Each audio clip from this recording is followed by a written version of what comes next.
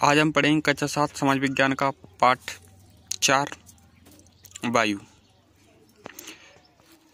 हमारी पृथ्वी चारों ओर से वायु की घनी चादर से घिरी हुई है, जिसे वायुमंडल कहते हैं। पृथ्वी पर सभी जीव जीवित रहने के लिए वायुमंडल पर निर्भर हैं। यह हमें सांस लेने के लिए वायु प्रदान करता है एवं सूर्य की किरणों से हानिकारक प्रभाव से हमारी रक्षा करता है। यदि सुरक्षा की यह चादर ना हो तो हम दिन के समय सूर्य की गर्मी से तप्त होकर जल सकते हैं एवं रात के समय ठंड से जम सकते हैं। अतः यह वायु राशि है जिसे पृथ्वी के तापमान को रहने योग्य बनाया है। वायुमंडल का संगठन। क्या आप जानते हैं कि जिस वायु का उपयोग हम सांस लेने के लिए करते हैं, वास्तव में यह अनेक गैसों का मिश्रण है। नाइट्रोजन तथा ऑक्सीजन ऐसी दो गैसें हैं जिसको वायुमंडल का सबसे बड़ा भाग है। Carbon dioxide, helium, ozone, argon एवं हाइड्रोजन कम मात्रा में पाई जाती हैं। इन गैसों के अलावा धूल के छोटे छोटे कण भी हवा में मौजूद होते हैं। ये वृत्तारेख दिया गया है, जैसे कि आप देख सकते हैं। ये अपना बड़ा सा सर्किल है और इसमें नाइट्रोजन सबसे ज़्यादा है, उससे थोड़ी कम ऑक्सीजन है और छोटे छोटे आर्गन हैं और अन्य सभी गैसें हैं। नाइट्रोजन यानी 78% पाई जाती है पूरे वायुमंडल में और ऑक्सीजन 21% पाई जाती है। जिसमें वायु की विभिन्न संगठनों के प्रतिशत दर्शाए गए हैं। नाइट्रोजन वायु में सर्वाधिक पाई जाने वाली गैस है। जब हम सांस लेते हैं तब फेफड़ों से कुछ नाइट्रोजन भी ले जाते हैं और उसे बाहर निकाल देते हैं, परंतु पौधों को अपने जीवन के लिए नाइट्रोजन की आवश्यकता होती है। वे सभी वायु से नाइट्रोजन नहीं ले पाते। मृदा तथा कुछ पौधे की जड़ों में रहने वाले कीटाणु वायु से नाइट्रोजन लेकर इसका स्वरूप बदल देते हैं, जिससे पौधे इसका उपयोग कर सकें। ऑक्सीजन वायु में प्रचुर मात्रा में मिलने वाली गैस है। मनुष्य तथा पशु सांस लेने में वायु से ऑक्सीजन प्राप्त करते हैं। हरे पादप प्रकाश संश्लेषण द्वारा ऑक्सीजन उत्पन्न करते हैं। इस प्रकार वायु में ऑक्सीजन की मात्रा समान बनी रहती है। यदि हम वृक्ष काटते हैं तो यह संतुलन बिगड़ सकता है। कार्बन डाइऑक्साइड अन्य महत्वपूर्ण गैस है। हरे पादप अपने भोजन के रूप में कार्बन डाइऑक्साइड का प्रयोग करते हैं और ऑक्सीजन वापस देते हैं। मनुष्य और पशु कार्बन डाइऑक्साइड बाहर निकालते हैं। मनुष्यों तथा पशुओं द्वारा बाहर छोड़ी जाने वाली कार्बन डाइऑक्साइड की मात्रा पादपों द्वारा प्रयोग किए जाने वाली गैस के बराबर होती है, जिससे यह संतुलन बना रहता है। परंतु यह संतुलन कोयला एवं खनिज तेल आदि ईंधनों के जलाने से गड़बड़ा जाता है। ये वायुमंडल में प्रतिवर्ष करोड़ों टन कार्बन डाइऑक्साइड की बढ़ोतरी करते हैं। परिणाम स्वरूप कार्बन डाइऑक्साइड का बढ़ा हुआ आयतन पृथ्वी पर मौसम तथा जलवायु को प्रभावित करता है।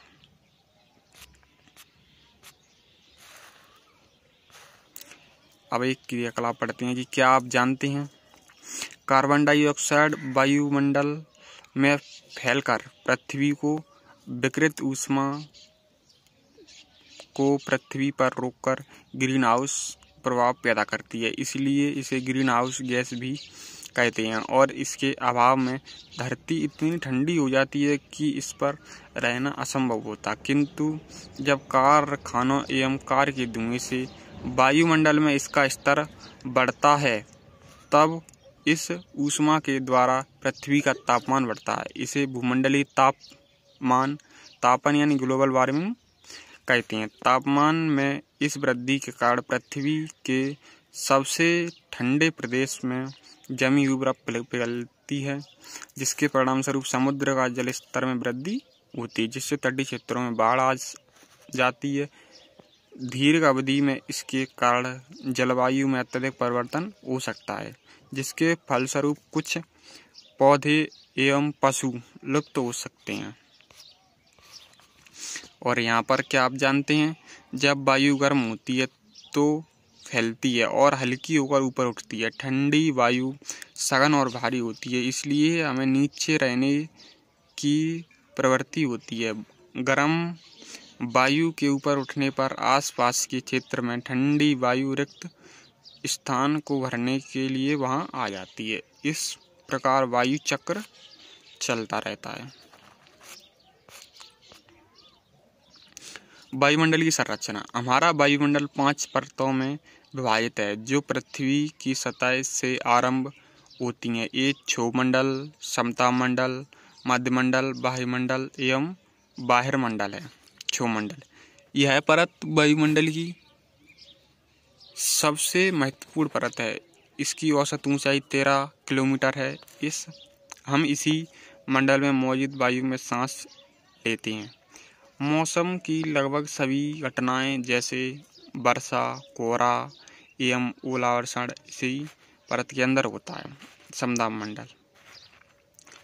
क्षोभमंडल के ऊपर का भाग समतापमंडल कहलाता है। यह लगभग 50 किलोमीटर की ऊंचाई तक फैला है। यह परत बादलों एवं मौसम संबंधी घटनाओं से लगभग मुक्त होती है। इसके फलस्वरूप यहाँ की परिस्थितियाँ हवाई जहाज उड़ाने के लिए आदर्श होती हैं। समतापमंडल में एक महत्वपूर्ण विशेषता है कि इसमें ओजोन गैस की परत होती है। यह परत सूर्य से आने वाली हानिकारक गैसों से हमारी रक्षा करती है। मध्यमंडल यह वायुमंडल की तीसरी परत है। यह समतापमंडल के ठीक ऊपर होती है। यह लगभग 80 किलोमीटर की ऊंचाई तक फैली हुई है। अंतरिक्ष में प्रवेश करने वाला हल्का पिंड इस परत में आने पर जल जाते हैं। बाह्य वायुमंडल। वहाँ वायुमंडल में बढ़ती ऊंचाई के साथ तापमान अत्यधिक तीव्रता से बढ़ता है। आयन मंडल इस परत का एक भाग है। यह 80 से 400 किलोमीटर तक फैला है। रेडियो संचार के लिए इस परत का उपयोग किया जाता है। वास्तव में पृथ्वी से प्रसारित रेडियो तरंगें इस परत द्वारा पुनः पृथ्वी पर परावर्तित कर दी जाती हैं। बाह्यमंडल। वायुमंडल की सबसे बाहरी परत को बाह्यमंडल के नाम से जाना जाता है। यह वायु की पतली परत होती है। हल्की गैसें हीलियम एवं हाइड्रोजन यहीं से अंतरिक्ष में तैरती रहती हैं।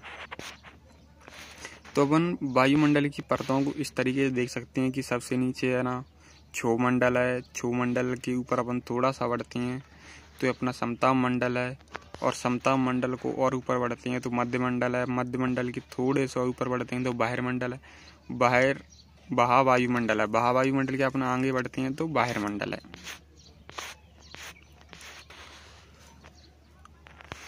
मौसम एवं जलवायु। क्या आज वर्षा होगी? क्या आज दिन साफ होगा और धूप निकलेगी? कितनी ही बार हमने क्रिकेट प्रेमियों के मुंह से एक दिवसीय मैच की भविष्य पर अनुमान लगाते सुना होगा। यदि हम कल्पना करें कि हमारा शरीर एक रेडियो है और मस्तक उसके स्पीकर, तो मौसम वह है कि उसके नियंत्रण बटनों से छेड़छाड़ करता रहता है। मौसम वायुमंडल की प्रत्येक घंटे तथा दिन प्रतिदिन की स्थिति होती है। आर्द्र एवं गर्म मौसम किसी को भी चिड़चिड़ा बना सकता है। अच्छा सदाबहार मौसम हमें आनंद देता है और हम घूमने की योजना भी बना सकते हैं। मौसम नाटकीय रूप से दिन प्रतिदिन बदलता है, किंतु दीर्घकाल में किसी स्थान का औसत मौसम उस स्थान की जलवायु बदलता है। क्या अब आप समझ गए हैं कि मौसम का दैनिक पूर्वानुमान क्यों करते हैं? क्या आपको जानकर यह आश्चर्य होगा कि पृथ्वी सूर्य की ऊर्जा का लगभग केवल 2 अरब भागी प्राप्त करती हैं। तापमान। आप प्रतिदिन जिस तापमान का अनुभव करते हैं वह वायुमंडल का तापमान होता है। वहाँ वायु में मौजूद ताप एवं शीतलता के परिणाम को तापमान कहते हैं। वायुमंडल का तापमान केवल दिन और रात में ही बदलता बल्कि ऋतुओं के अनुसार भी बदलता है। शीत ऋतु में अपेक्षा ग्रीष्म ऋतु ज़्यादा गर्म होती है। आपतन एक महत्वपूर्ण कारक है जो तापमान के वितरण को प्रभावित करता है। सूर्य से आने वाली यह ऊर्जा जिसे पृथ्वी रोक लेती है आपतन कहलाती है। आपतन की मात्रा भूमध्य रेखा के ध्रुवों की ओर घटती है, इसलिए तापमान उसी प्रकार घटता जाता है। यहाँ अपन देखते हैं कि तापमापी से अपन तापमान नापते हैं और वायुदाब मापी से वायुदाब मापते हैं और वर्षा मापी से वर्षा का मापते हैं और बाह्य दिग्दर्शी से पवन की दिशा नापते हैं। अब आप समझ गए होंगे कि ध्रुव बर्फ से क्यों ढके हुए हैं। यदि पृथ्वी का तापमान अत्यधिक बढ़ जाता है तो इतनी गर्मी हो जाएगी कि यहाँ कुछ फसलें नहीं उठ सकेंगी। गांव की अपेक्षा नगरों का तापमान बहुत अधिक होता है। दिन के समय में एस्फाल्ट से बनी सड़कें एवं धातु और कंक्रीट से बने भवन गर्म हो जाते हैं। रात के समय यह ऊष्मा मुक्त हो जाती है। नगर के भीड़ वाले ऊंचे भवन गर्म वायु को रोक लेते हैं, जिससे नगरों का तापमान बढ़ जाता है। तापमान को मापने की मात्रक इकाई डिग्री सेल्सियस है और इसका आविष्कार एंडर्स सेल्सियस ने किया। सेल्सियस पैमाने पर जल 0 डिग्री सेल्सियस पर जमता है और 100 डिग्री सेल्सियस पर उबलता है। वायुदाब। यह जानकर आपको आश्चर्य होगा कि वायु हमारे शरीर पर उच्च दाब के साथ बल लगाती है, किंतु हम इसका अनुभव नहीं करते हैं। यह इसलिए होता है क्योंकि वायु का दाब हमारे ऊपर सभी दिशाओं से लगता है और हमारा शरीर विपरीत बल लगाता है। पृथ्वी की सतह पर वायु के भार द्वारा लगाया गया दाब वायुदाब कहलाता है। वायुमंडल में ऊपर की ओर जाने पर दाब तेजी से गिरता है। समुद्र स्तर पर वायुदाब सर्वाधिक होता है और ऊंचाई पर जाने पर यह दाब घटता जाता है। वायुदाब का क्षैतिज वितरण किसी स्थान पर उपस्थित वायु के ताप द्वारा प्रभावित होता है। अत्यधिक ताप वाले क्षेत्रों में वायु गर्म होकर ऊपर उठती है। यह निम्न दाब क्षेत्र बनाता है। निम्न दाब वायु बादल युक्त आकाश एवं नम मौसम के साथ जुड़ा होता है। कम तापमान वाले क्षेत्रों की वायु ठंडी होती है। इसके फलस्वरूप यह भारी होती है। बाहरी वायु निमज्जित होकर उच्च दाब क्षेत्र बनाती है। उच्च दाब के कारण स्पष्ट एवं स्वच्छ आकाश होता है। वायु सदैव उच्च दाब के क्षेत्र से निम्न दाब क्षेत्र की ओर गमन करती है। क्या आप जानते हैं कि चांद पर वायु नहीं है, वहाँ वायु दाब भी नहीं है। अंतरिक्ष यात्री जब चांद पर जाते हैं तो विशेष रूप से सुरक्षित हवा से भरी हुई अंतरिक्ष पोशाक पहनते हैं और वे अंतरिक्ष पोशाक को न पहने तो अंतरिक्ष यात्री के शरीर पर विपरीत बल लगने के कारण उनकी रक्तस्राएं फट सकती हैं, जिससे अंतरिक्ष यात्री रक्तस्रावित हो सकता है। पवन का नाम उसके आने की दिशा के आधार पर निर्धारित होता है। उदाहरण के लिए पश्चिम से आने वाली पवन को पश्चिमी या पौआ पवन कहते हैं। पवन उच्च दाब क्षेत्र से निम्न दाब क्षेत्र की ओर वायु की गति को पवन कहते हैं। आप पवन को काम करते देख सकते हैं। जब सड़क पर गिरी पत्तियां को उड़ती हैं और तूफान के समय पेड़ों को उखाड़ देती हैं। कभी कभी जब पवन धीरे बहती है तो आप इसे महीन धूल या धुएं को उड़ते देख सकते हैं। कभी कभी पवन इतनी तेज हो जाती है कि इसकी विपरीत दिशा में चलना कठिन हो जाता है। आपने अवश्य अनुभव किया होगा कि तेज पवन में छाता लेकर चलना आसान नहीं है। 3 अन्य उदाहरण सोचिए जब तेज पवन के कारण आपके लिए समस्या उत्पन्न हुई हो। पवन को मुख्यतः 3 प्रकार की पवनों में विभाजित किया जा सकता है। स्थायी पवन है। व्यापारिक पश्चिमी एवं पूर्वी पवनें स्थायी पवनें हैं। ये वर्ष भर लगातार निश्चित दिशा में चलती रहती हैं। मौसमी पवनें। ये पवनें विभिन्न ऋतुओं में अपनी दिशा बदलती हैं। उदाहरण के लिए भारत में मानसूनी पवनें। स्थानीय पवनें। ये पवनें किसी छोटे क्षेत्र में वर्ष या दिन या किसी विशेष समय में चलती हैं।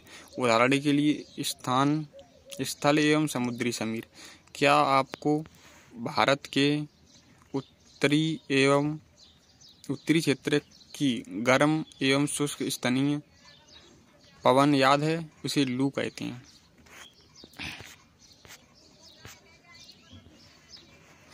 आर्द्रता। जब जल एवं विभिन्न जलाशय में वाष्पित होता है तो यह जलवाष्प बन जाता है। वायु में किसी भी समय जलवाष्प की मात्रा को आर्द्रता कहते हैं। जब वायु में जलवाष्प की मात्रा अत्यधिक होती है तो इसे हम आर्द्र दिन कहते हैं। जैसे जैसे वायु गर्म होती जाती है इसकी जलवाष्प धारण करने की क्षमता बढ़ती जाती है और इस प्रकार यह और अधिक आर्द्र हो जाती है। आर्द्र दिन में कपड़े सूखने में काफ़ी समय लगता है एवं हमारे शरीर से पसीना आसानी से नहीं सूखता और हम असहज महसूस करते हैं। जब जलवाष्प ऊपर उठता है तो यह ठंडा होना शुरू हो जाता है।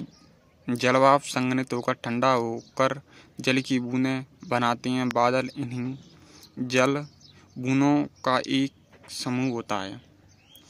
जब जल की ये बूंदें इतनी भारी हो जाती हैं कि वायु में तैर न सकने तो यह बरसड़ के रूप में नीचे आ जाती हैं।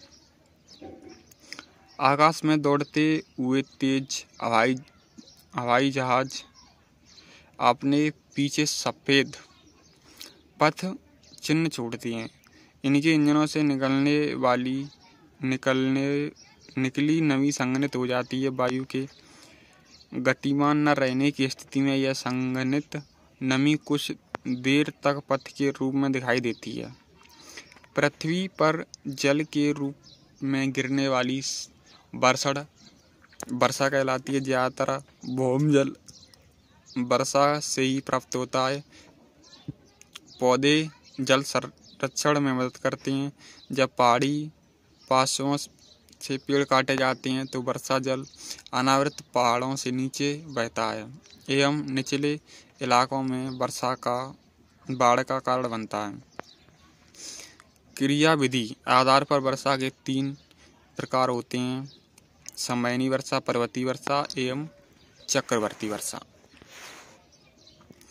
पौधे तथा जीव जंतुओं के जीवित रहने के लिए वर्षा बहुत महत्वपूर्ण है। इससे धरातल को ताज़ा जल प्रदान होता है और यदि वर्षा कम हो तो जल की कमी तथा सूखा हो जाता है। इसके विपरीत अगर वर्षा अत्यधिक होती है तो बाढ़ आ सकती है। क्या आप जानते हैं बरसड़ के दूसरे रूप हिम, सहिम, वृष्टि तथा ओला हैं? ठीक है दोस्तों, तो हमारा पाठ यहीं पर ख़त्म होता है और इसकी क्वेश्चन आंसर का लिंक डिस्क्रिप्शन में आपको मिल जाएगा।